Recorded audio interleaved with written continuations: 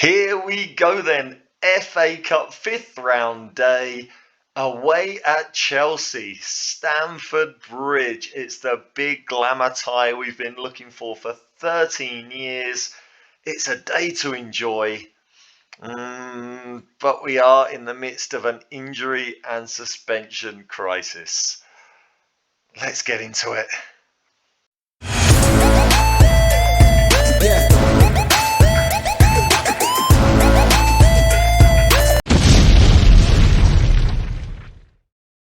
Yes, welcome back to Dog Turds into Diamonds here with AFC Rushden and Diamonds.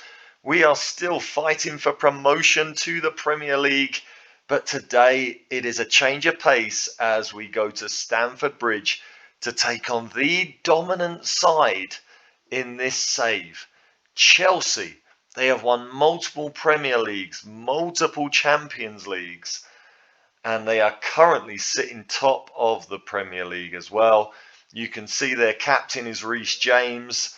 Their vice captain is Jude Bellingham. They have Erling Haaland still. They are just a phenomenal team. Gabriel Milano. Who is Gabriele Milano? He is their manager, and he is exceptional, isn't he? Okay, so he's been... All right, so he starts off the save at Juventus, then goes to Manchester United for 7 years, and has just this season took over at Chelsea. So there you go, a big name manager for a big name team. Let's just have a little look here at what their team is like. Oh, Erling Haaland up front. He's now 33. Look at this. That we all know the game is broken when it comes to strikers this season.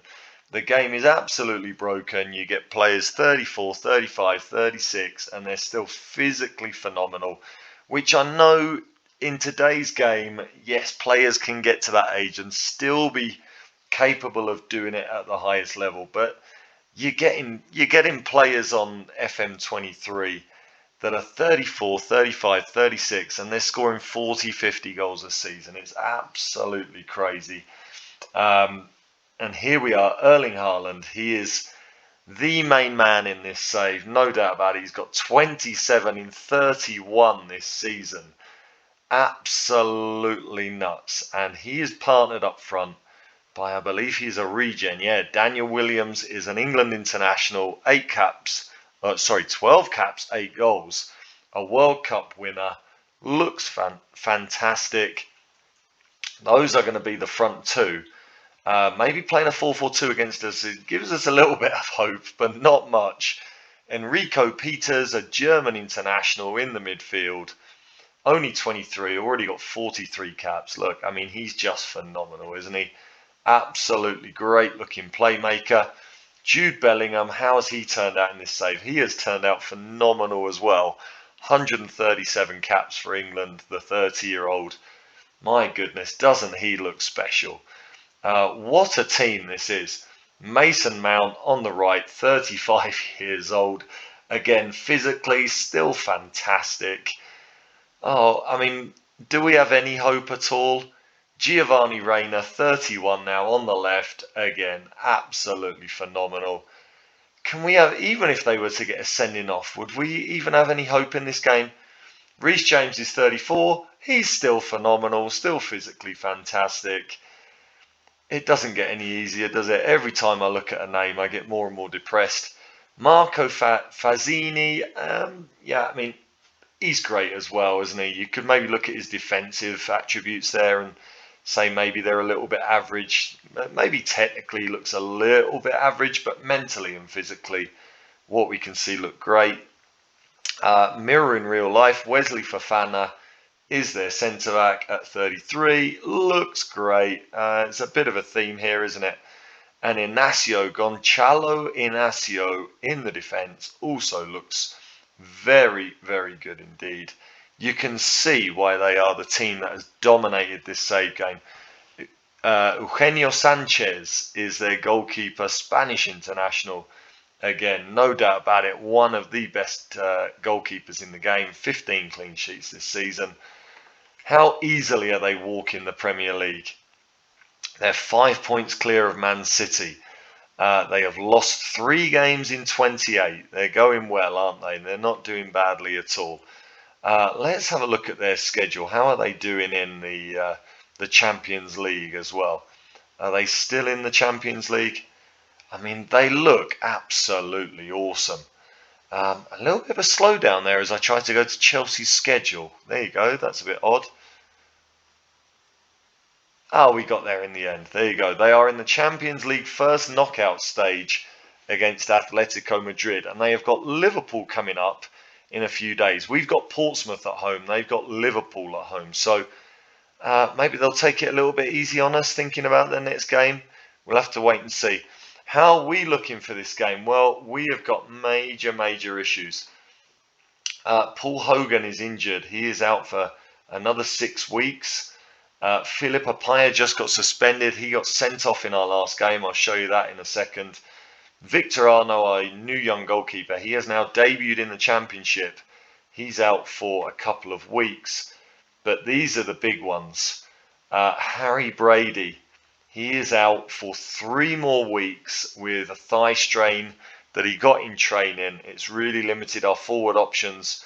And Callum Parkin is serving the second of a 3-game suspension in this one.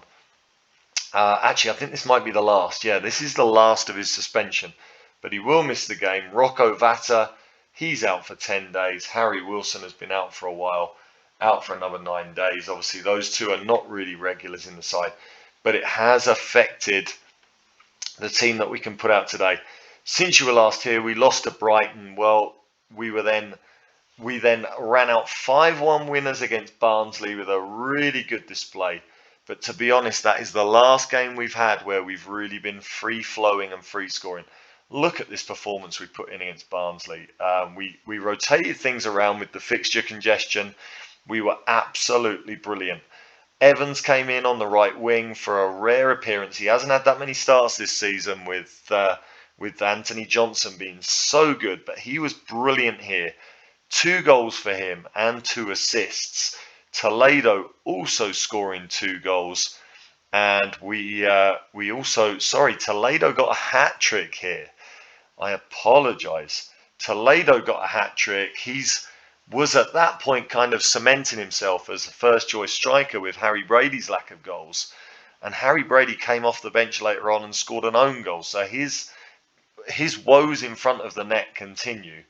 But we had a really good performance here from players that haven't played every game. Gomez at right back, brilliant. Nolan at centre back was great. Preetz came into midfield and was really good. Ellis, Chapman and Kennedy came in the forward line and performed really well. So nice to rotate positions and get such a good performance there. Really good performance from the boys. And that took us into then a home game against Derby. I thought this was going to be easy. They are fighting against relegation.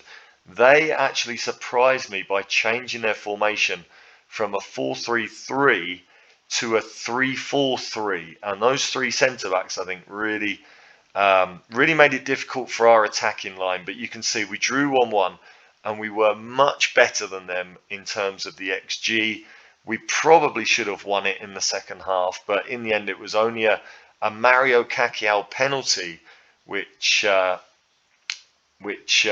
have a look, just go back to our starting lineup. A Mario Cacchiao penalty, which Harry Brady won. And then in the 75th minute, Parkin was sent off, a straight red card, which is why he's serving that 3-game suspension. And that really put paid to any chance we had of winning. We then had a really good away win at Huddersfield, 2-0 here. Anthony Johnson and Mavididi with the goals. Harry Brady injured, so Toledo started, but he really didn't play that well. Anthony Johnson came off the bench to grab the equaliser from a Gomez cross, and then Mavididi settled the points there. So with Parkin being suspended, Preetz has been playing in midfield. We've been rotating Toledo and Johnson as the striker option with Harry Brady being out. And it worked out in this game, but you can see with all this congestion, we have been inconsistent of late. So we haven't picked up the points that we wanted to. And our final game of this run, we played away at Middlesbrough. Again, they only had 3 shots on target the entire game, a 0.55 XG. The same story just keeps repeating. We were much the better team statistically, but it was a 93rd minute equaliser from substitute Ibsen Toledo to get us a point out of this one. Another assist for Gomez from right back, which is really nice to see his development. But yeah, a disappointing 2 points dropped, and also Philippa Paya sent off in the 87th minute, which means he is also suspended for today's game against Chelsea. A real shame. So the Championship now, we are still in 4th. West Brom have been on a horrible run of form. We've got to within a point of them. They look vulnerable, but Brighton are just picking up points like nobody's business. They are just looking unstoppable. I think it's Fulham and Brighton to be promoted. There's 11 games to go. I think we are competing with West Brom to try and get that 3rd place and the advantage of that in the playoffs. But the way we've performed against the other sides that are in that playoff picture, West Brom, Blackburn, Leicester, I don't fancy our chances in the playoffs, but it might be what we've got to settle for, the way things are going. Pablo Vinicius of Brighton is now the top scorer in the league. He's overtaken Anthony Johnson. Yeah, everything kind of falling apart. Who is Adrian at Fulham? He's a centre back. He looks good. Is he on my shortlist? He's not. Let's get scouting him. He looks a decent little player, doesn't he? I suppose he should be on 52,000 a week. So that's the situation we're in, but we're going to enjoy it today. We are playing Chelsea away. I actually thought after the draw, that maybe it wasn't the best draw we could have had, because Stamford Bridge is only a 42,000 seater stadium. So maybe we're not going to get as much from this as I had hoped for, but we'll get a decent amount. It should put us back in the black. We're in the red again, but it should put us back in the black. And well, it's another landmark game for us in our journey, isn't it? Sanisalo is going to be in goal today. Igor Luiz at right back, 1 booking away from a suspension. Brian Nolan partners Weeks in the defence, with Apaya being suspended. Dylan Jones at left back. Alex Baker and Preetz in the midfield, with Parkin being suspended. Johnson on the right wing, Kakiao and Mavididi, and Ibsen Toledo, our top scorer, along with Johnson, starts up front. A few players here that are probably going to be too tired to play against Portsmouth, but we are going to give it all we've got here. On the bench, Dior comes in because of all the defensive injuries and suspensions. Gomez, another defensive option. Malicio and Moreno in midfield, a rare chance for Malicio to maybe play. Jack Evans is our right wing option. Ellis Chapman the left wing option. And Joe Kennedy can play number 10 on the left, or technically can play as striker, I think. Not really his role. But yeah, outside of that, the only players available that are not in the squad, Lawrenson, the Southampton loanee, and Hurtado, the Colombian centre-back. No one else is available. It's tough times. Yeah, the fixture congestion, I feel like, really caught up with us, and we got a whole spate of injuries in the same week. I think we got about 3 or 4 injuries in the same week. It was the first week where we could actually do a full training program, and it just seems like increasing the training commitment just provoked a few injuries. It was really disappointing. But there you go. It's Chelsea away. We've said this before, but I think the only real chance we've got here is if there's an early red card for Chelsea, maybe. I think that's the only way this game gets evened up. So we're going to mark their fullbacks as we always do with our wingers. That aside, I think I'm going to mark their midfielders just to make sure their midfield runners are tracked as much as possible. So there you go. Nicky Clark is playing. Who wasn't Nicky Clark? Was Nicky Clark a DJ back in the day? Nicky Clark and Okay, it looks like they have made a number of changes. It looks like they are not going full strength. So hopefully that helps us out as well. I'm not going to get stuck in for the moment. I'm going to play our normal game and we'll see what happens. Now, what can we say? Yeah, nobody expects us to get a result. Go out there and enjoy playing. No, do you know what? I'm going here. We've got nothing to lose. We know how good we are. Show what we're capable of. I don't like the idea that we're going in already accepting the defeat. So there you go. Not bad motivation. Let's get Ibsen Toledo a bit more up for it. Not bad at all. Let's give it our best shot. A full house at Stamford Bridge. A good little payday coming for us on the back of this game. And yeah, it looks like they have made major changes. It looks like they're playing a reserve side. They think this is going to be easy, and that possibly gives us a real chance of an upset maybe. And Mavididi getting an early cross in there, but couldn't find Ibsen Toledo. And now Bursic gets the ball away from them, and Nolan sweeps that up.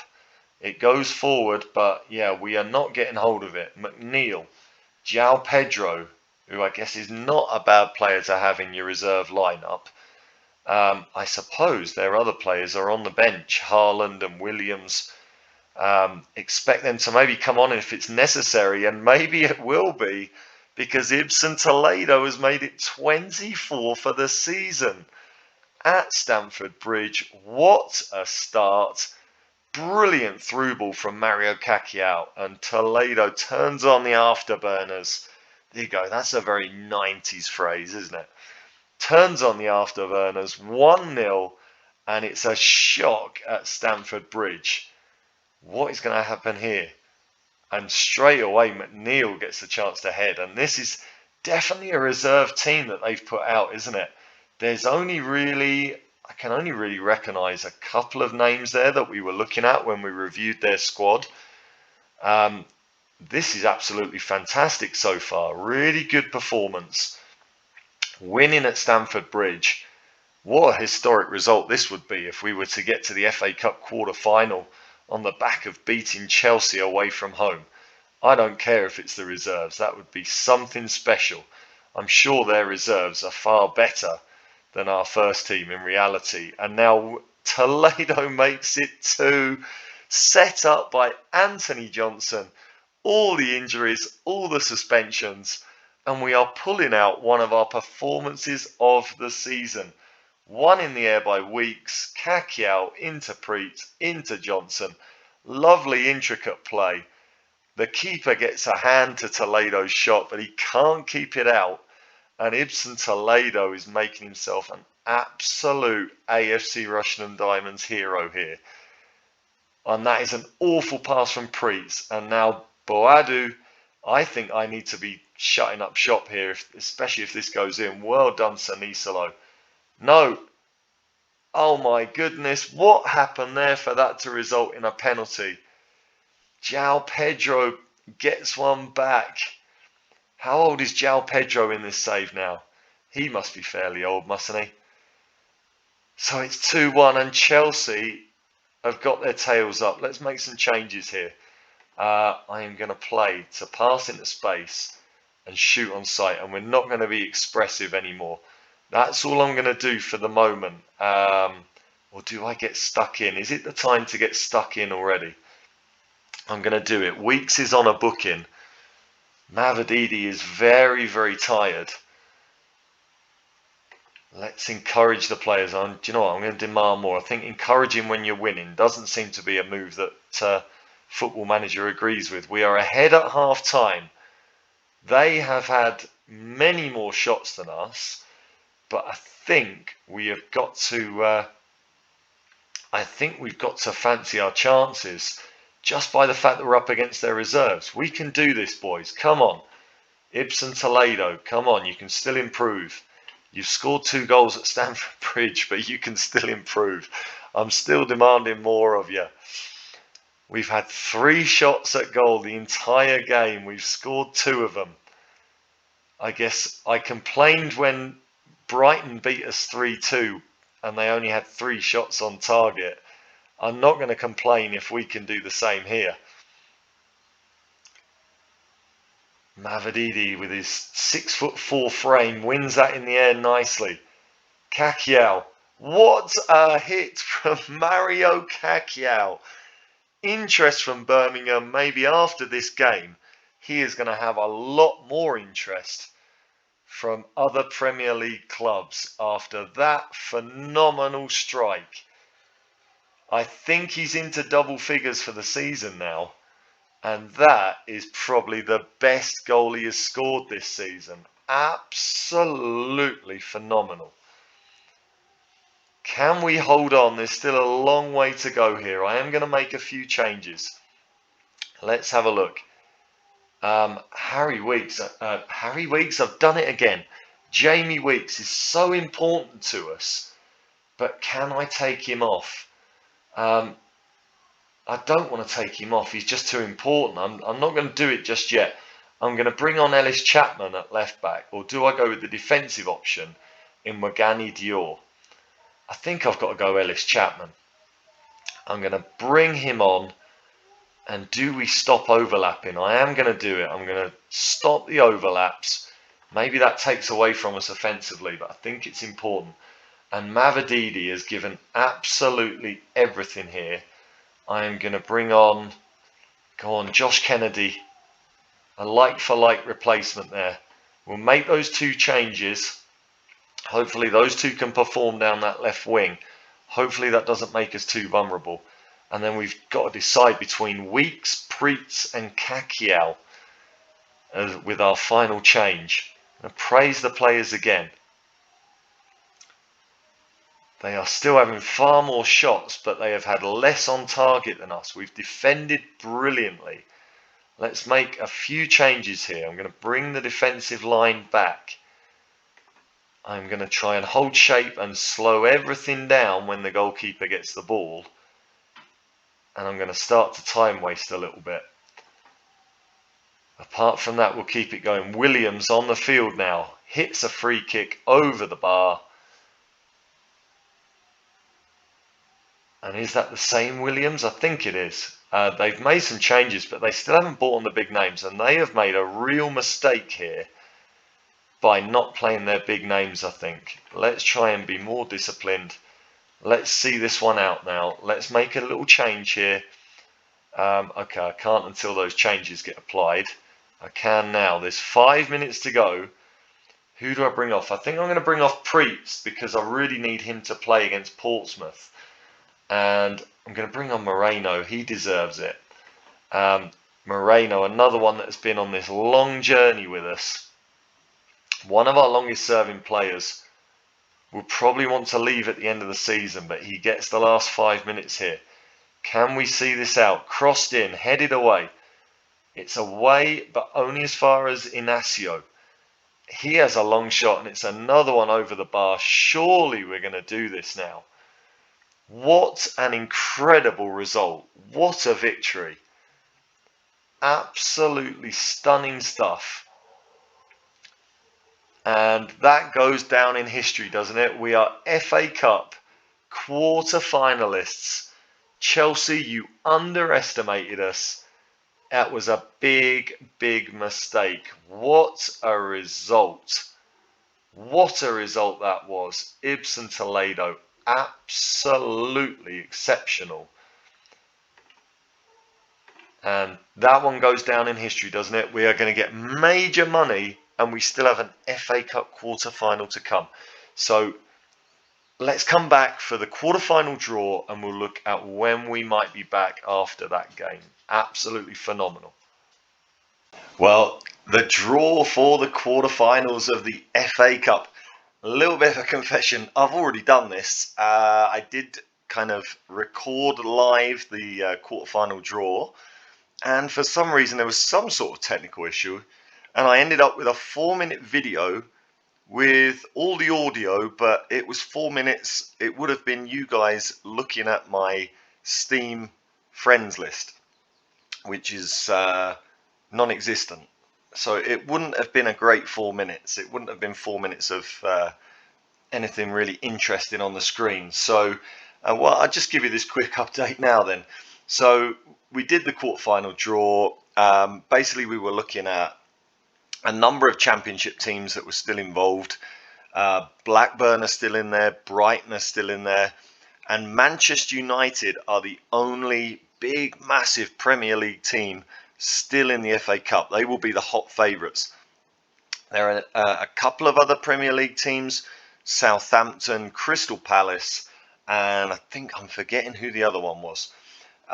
So basically, we were hoping for Manchester United away to have that big payday at Old Trafford, or if not, a home game against any of the others. And basically, the draw came out like this.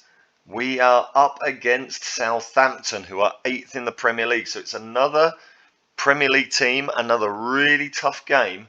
But we do have home advantage, and we have, of course, beaten a team in Watford that were 7th in the Premier League when we played them. So we have got form. So that's how it looks. Blackburn have got that big payday away at Old Trafford, but it's probably where their FA Cup ends. Bournemouth are away to Sheffield United, two kind of mid-table, almost struggling Premier League teams. It would have been nice to get one of them. And Brighton go away to Crystal Palace, who are just outside the relegation zone in the Premier League. So it's a favourable draw for Brighton, even though they are away from home. And they are, of course, the form team in the Championship right now. So there's a real opportunity here to get semi-finals of the FA Cup, which would be obviously absolutely incredible. We could get semi-finals and a day out at Wembley. But I think really any of the other teams there, ourselves, Blackburn and Brighton, are all at the top of the Championship. Sheffield United, Bournemouth and Crystal Palace are all kind of fighting to survive in the Premier League. I think any of the other teams there would kind of look at the rest in there and think, if I can avoid Manchester United, there's a real chance of making an FA Cup final. So we will see how that goes. The game is at the end of the month. So there's only a few games to play before we get to that. So that will be the next episode. Southampton at home in the quarterfinals of the FA Cup.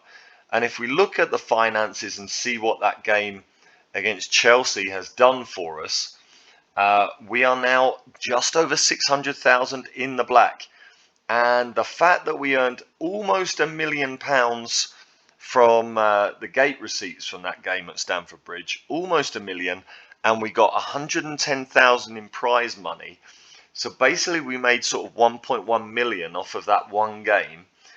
And the fact that we're still only 600,000 in the black kind of tells you how much we've been struggling financially this season with the stadium upgrade payments, the fact that we've got such a small stadium and we're so far above the wage budget. So it was much needed, and hopefully we can go again in the quarter-final. I mean, if we can pull another victory out of the bag, maybe it's too much to ask, but if we can pull another victory out of the bag in that quarter-final and get to the semis, I mean, a win in the quarter-final would be worth, I guess, sort of getting on sort of 400,000 or 500,000 with the fact that we're playing at home.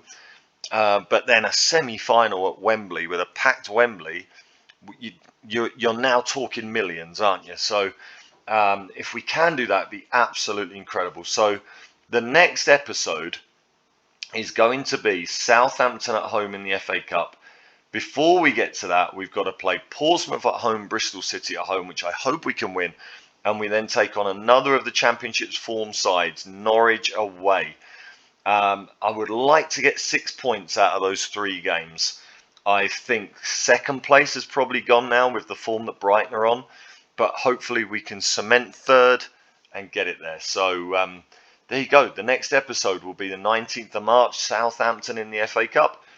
I will see you then. If you have enjoyed this episode, drop a like on it, subscribe to the channel, and I'll see you on the next one. Bye for now.